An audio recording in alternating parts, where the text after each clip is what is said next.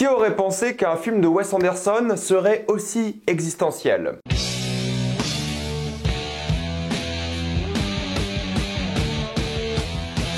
Asteroid City. Comme d'habitude, jusqu'à la minute indiquée dans le titre de la vidéo, il n'y aura pas de spoilers, c'est tranquille, après on va tout spoiler. Asteroid City est l'histoire des habitants d'une toute petite ville qui se nomme donc Asteroid City. Elle porte ce nom à cause d'un énorme cratère qui se trouve en plein milieu de la ville. La vie de ses habitants va changer drastiquement lorsqu'un alien va leur rendre visite. Asteroid City est le nouveau film de Wes Anderson. J'ai vu quasiment tous les films de Wes Anderson. Je crois qu'il m'en manque 2 ou 3, honnêtement, parmi les premiers. Difficile de vous dire lequel est mon préféré. Pour le coup, une petite préférence comme pour Grand Budapest Hotel, Moonrise Kingdom. Il y a tellement une filmographie dense et folle, et c'est l'un des réalisateurs qui a la patte la plus reconnaissable, tellement que récemment, je sais pas si vous avez vu sur les réseaux, il y a plein de gens qui ont fait des vidéos avec des IA qui imitent le style de Wes Anderson. Et même si je comprends ce que ces IA imitent, le côté vraiment symétrique de Wes Anderson, le côté extrêmement coloré, saturé, les mouvements de caméra pareil qui sont que sur 2 axes presque, je comprends ce que les IA imitent, je comprends ce que les gens disent quand ils parlent de Wes Anderson. Et il y avait plein de gens qui ont fait cette trend où ils filmaient comme Wes Anderson, mais ce que je trouve un peu dommage avec Wes Anderson, c'est que tout le monde le caractérise par rapport à sa symétrie, par rapport à ses couleurs, alors qu'en fait le gars il est tellement fort dans d'autres choses. Alors oui, Asteroid City est très symétrique comme ça, il y aura toujours le même mouvement de caméra, où ça va aller à droite ou à gauche ou en bas, toujours de manière extrêmement géométrique, d'accord, mais le gars c'est avant tout un storyteller, et en plus de la symétrie, ce qui est important c'est la composition de ses cadres, c'est ce qu'il met dans l'image qui est hyper important je trouve, parce qu'avant tout, bah oui, c'est un narrateur comme je vous l'ai dit, il veut montrer des choses de manière très spécifique, c'est juste que son style c'est de faire ça de manière symétrique, mais ce qui montre à l'image. Les moments où il arrête sa caméra, c'est pas comme tous les gens sur internet qui vont trouver un endroit symétrique qui pose la caméra. Non, Wes Anderson, il constitue tous ces décors, et à Asteroid City, bah, ils ont fait une ville pour le tournage en Espagne, et tout est fait de manière vraiment intelligente pour justement définir les relations entre personnages, l'évolution des personnages, pour décrire les personnages, même pour les costumes. Il a une vraie vision de comment doivent jouer les acteurs, de ce qu'ils doivent porter, la forme symétrique, les mouvements de caméra et juste les couleurs. C'est un effet secondaire, je dirais, de son ambition de narrateur, et il ne faut pas le réduire à ça. Chaque réalisateur a des plans qu'il aime reproduire, c'est normal. Tout ça pour dire que là, encore une fois, Asteroid City, bah, c'est un film qui est tellement dense, il y a tellement de choses qui ont lieu à l'écran, et c'est un film qui est naturellement très beau. En fait, ce qui est fort avec ce film-là, c'est qu'il a réussi à créer une ambiance. On est vraiment dans cette petite ville, et pendant la grande partie du film, on se demande vraiment c'est quoi l'histoire. Oui, il y a cet alien qui arrive à un moment, mais ça parle de quoi en réalité? En fait, c'est l'histoire de tous ces personnages-là qui sont arrivés dans cette ville. On a un long passage, et sans spoiler évidemment, où on explique qui ils sont, d'où ils viennent. Mis à part les personnages principaux, ils sont tous très rapidement résumés par rapport à une émotion. Il y en a qui veulent tomber amoureux, il y en a qui veulent chanter, il y en a qui sont en plein chagrin, il y en a qui sortent de relations abusives, il y en a un qui joue même une sorte de narrateur parce qu'il y a un côté méta à la chose que j'ai pas envie de dire ici. On en parlera plus en détail après, mais c'est vrai que oui, c'est un film qui est avec plein de personnages qui ont tous leur personnalité, leur motivation, et tu les comprends, parfaitement bien joué par tous ces nombreux acteurs. Casting incroyable, budget pas du tout incroyable, pour le coup on est à 25 millions. Tu vois que les acteurs ils veulent bosser avec Wes Anderson parce que c'est pas les tarifs qu'ils prennent habituellement. Alors oui, c'est pas des rôles principaux pour beaucoup d'entre eux, mais c'est vrai que le casting est colossal comme d'habitude, et je trouve qu'il arrive vraiment à t'imprégner de cette ambiance. Tu sens presque la chaleur du truc, et il y a ce côté très théâtral aussi où tu vois vraiment que c'est une ville qui a été construite, c'est pas une vraie ville entre guillemets, tu connais pas du tout la ville, la géographie, c'est juste des plateaux après plateaux, et ça rend la ville encore plus unique je trouve, et c'est ça qui rend l'histoire vraiment fun, c'est que oui, visuellement t'es imprégné par les couleurs, t'es imprégné par l'ambiance, t'es imprégné par le jeu des acteurs, on en parlera peut-être un peu plus en spoiler, mais tout le monde est formidable pour le coup, et surtout t'es imprégné par l'histoire parce que tu comprends au fur et à mesure leur vie, et t'as envie d'en savoir un peu plus sur leur vie, et ça parle de thématiques vraiment fortes, hein. Plus t'avances dans l'histoire, bah, plus l'histoire devient existentielle parce qu'un alien arrive et du coup bah, les gens se demandent bah, qu'est-ce qui se passe. Il y a ce côté religieux, ça parle des sentiments, mais ce côté existentiel il est vraiment très présent je trouve, et fait une œuvre qui est quand même assez profonde mine de rien. Mais c'est un film qui est réconfortant pour le coup parce que t'as envie de sourire tout le long, tu rigoles vraiment souvent, il y a plein de blagues, de running gags qui sont vraiment trop drôles je trouve. C'est l'un des rares films où tout le monde est resté jusqu'à la fin du générique. Bon, il y a 2 génériques, hein. Tout le monde est resté à la fin parce qu'il y a une super chanson et t'es encore dans le délire, dans l'ambiance. C'est un film qui dure 1h45 je crois, et j'ai pas vu le temps passer, honnêtement je me suis pas du tout ennuyé. Le début était un peu difficile parce que je comprenais pas l'histoire, je savais pas de quoi ça voulait parler, mais dès que tu comprends l'histoire, revoir le film je pense que ce serait un vrai plaisir. Le choix des musiques est évidemment excellent, la musique aussi orchestrale qui est présente est fabuleuse, vraiment c'est un feel good movie de fou avec des thématiques assez profondes à certains moments, et encore l'excentricité évidente du réalisateur. Ce qui est cool c'est que ça mélange, t'as l'impression des miniatures, t'as même l'impression que certains mouvements des acteurs c'est du stop motion parce qu'ils bougent d'une manière vraiment très spécifique et digne de Wes Anderson. L'enchaînement des scènes, je trouve, est absolument génial, la manière dont t'enchaînes les différentes intrigues, les différents personnages, et à quel point t'as investi aussi émotionnellement. Limite, je voulais que le film dure un peu plus, qu'il y ait un peu plus de conclusion à plein d'intrigues, parce que le film se finit d'une manière assez abrupte, je trouve, et c'est rare de sortir d'un film en te disant ouais, j'en voulais plus. Aujourd'hui, tu sors d'un film, tu dis ouais, j'aurais aimé qu'il soit un peu plus court ou c'était la bonne durée. Là, t'en sors, tu dis ah, je voulais vraiment en savoir plus sur les personnages, leurs histoires, mais la fin est logique et j'ai pas été frustré en réalité par rapport à ça parce que je comprends vraiment ce qu'il a fait. T'as des plans magnifiques, en fait, t'as envie clairement d'aller dans le désert, prendre ton appareil photo et filmer comme Wes Anderson. Ces plans, mais tout est faux en fait. Les montagnes, tu vois que c'est faux, les baraques sont quasiment fausses, tu vois que tout est faux et ça rend le truc encore plus unique et encore plus théâtral et c'est un peu justifié dans le scénario, ça évidemment, mais c'est aussi de l'aventure de personnages qui se recherchent, qui essaient de trouver qui ils sont et qui remettent un peu leur vie en question lorsque cet alien arrive, mais c'est aussi méta par rapport au scénario et aux scénaristes de manière générale et aux réalisateurs, aux dramaturges. Ça va vraiment un peu plus loin de ce point de vue-là et j'ai beaucoup aimé les différentes interventions de tous ces personnages. Il y a un excellent équilibre entre l'humour, le drame, la tonalité qui est vraiment parfaitement équilibrée. Ça arrive à rebondir entre moments dramatiques à moments drôles sans problème, voilà, c'est comme d'habitude. Ça arrive à avoir de l'émotion et tu sors du film quand même avec un sourire. T'adores l'alchimie entre les personnages, elle est naturelle, tu vois que les acteurs se sont éclatés en faisant ce film et tout coïncide tellement bien. Il y aura des scènes mémorables vraiment pour le coup et je vais me rappeler de ce film, c'est la vérité. Pour conclure, c'est pas le meilleur film de l'année, mais vous allez être embarqué dans un univers, vous allez adorer les performances d'acteurs, vous allez adorer l'intrigue, vous allez adorer l'ambiance, la musique, la mise en scène, la photographie, la manière dont la caméra bouge pour te montrer exactement ce qu'il faut au bon moment. C'est pour moi un bon Wes Anderson. Pour ceux qui ont été déçus par son précédent, honnêtement là vous pouvez y aller, vous n'allez pas l'être. Le début du film est un peu bizarre parce qu'il faut s'habituer, mais une fois que vous êtes dedans, vous allez adorer. Il y a plein de critiques aussi de plein de choses différentes qui sont très sérieuses. Il y a des moments assez satiriques, mais c'est exécuté d'une manière vraiment formidable et j'ai adoré regarder ce film pour le coup. C'est un film qui fait vraiment du bien et je vous le conseille. Donc vraiment foncez, tout le monde peut voir ce film et je le conseille vraiment à tout le monde. Maintenant, on va rapidement passer en spoiler.